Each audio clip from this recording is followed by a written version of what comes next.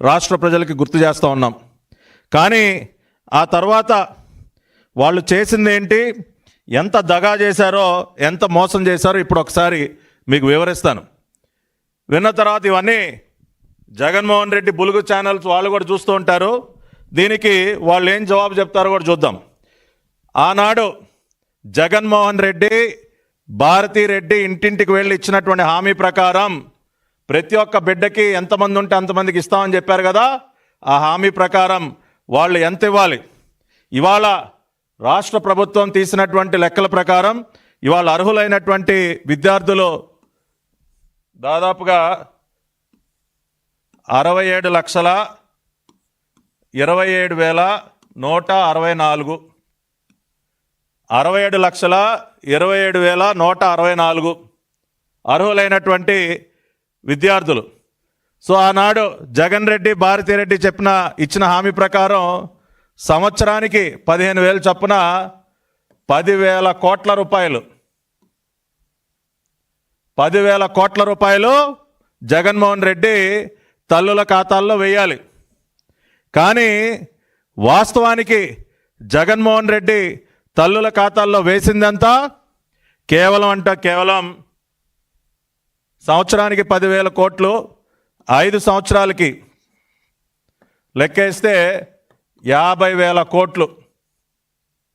జగన్మోహన్ రెడ్డి ఇచ్చిన మాట ప్రకారం 67,27,164 మంది బిడ్డలకి సంవత్సరానికి 10,000 కోట్ల చొప్పున 5 సంవత్సరాలకి 50,000 కోట్ల రూపాయలు తల్లుల ఖాతాల్లో ఆనాడు జగన్మోహన్ రెడ్డి జమ చేయాల్సి ఉండగా ఆయన గారు ఎంత జమ చేశాడో మనం చూసినట్లయితే ఒక్కసారి 50,000 కోట్లు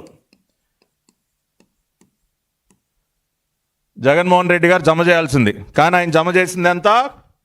2020 సంవత్సరంలో 6,394 కోట్లు, 2021 సంవత్సరంలో 6,228 కోట్లు, 2022లో 5,715 కోట్లు, 2023లో 5,440 కోట్లు, 2024 జనవరిలో కేవలం 45 కోట్లు, 45 కోట్ల రూపాయలు మొత్తంగా కలిపితే 23,877 కోట్లు. మీరు చూసినట్లయితే ఇవ్వాల్సింది ఎంత? జగన్మోహన్ రెడ్డి ఇచ్చిన మాట ప్రకారం 50,000 కోట్ల రూపాయలు ఇవ్వాలి. కానీ ఇచ్చిందంతా జగన్మోహన్ రెడ్డి 2019-24 మధ్య కేవలం 23,877 కోట్లు. అంటే సుమారు 26,000 కోట్ల రూపాయలు రాష్ట్రంలో ఉన్నటువంటి తల్లులకి యగనామం పెట్టినటువంటి ఘనుడెవరు? జగన్మోహన్ రెడ్డి.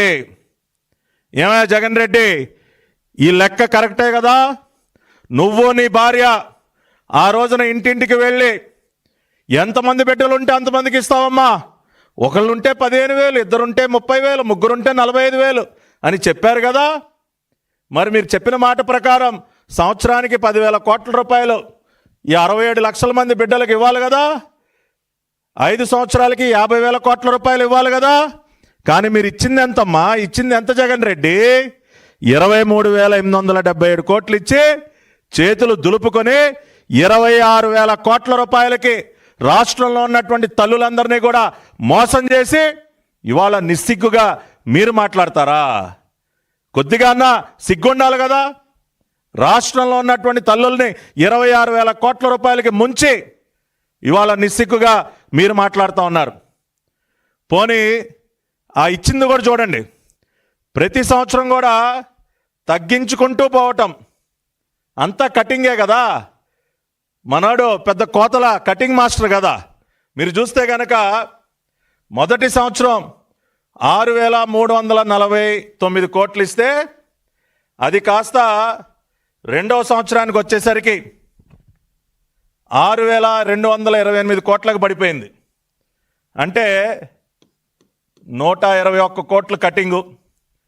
6,228 కోట్లు కాస్త మూడో సంవత్సరానికి వచ్చేసరికి 5,775 కోట్లకు పడిపోయింది.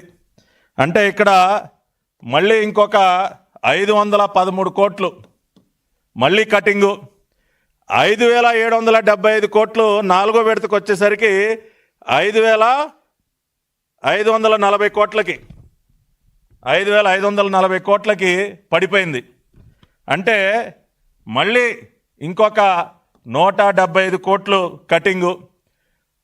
అంటే ఇస్తానన్నది ఇవ్వకుండా మళ్ళీ పథకం అమలైన దగ్గర నుంచి కూడా 5 సంవత్సరాలకు ఇవ్వాల్సింది 4 సంవత్సరాలు ఇచ్చాడు, 1 సంవత్సరం ఎగ్గొట్టాడు.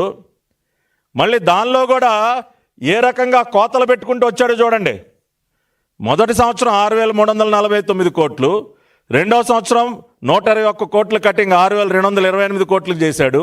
మూడో సంవత్సరం 6,228 కోట్లు కాస్త 5,715 కోట్లకు పడిపోయింది. 513 కోట్లు కోత పెట్టాడు.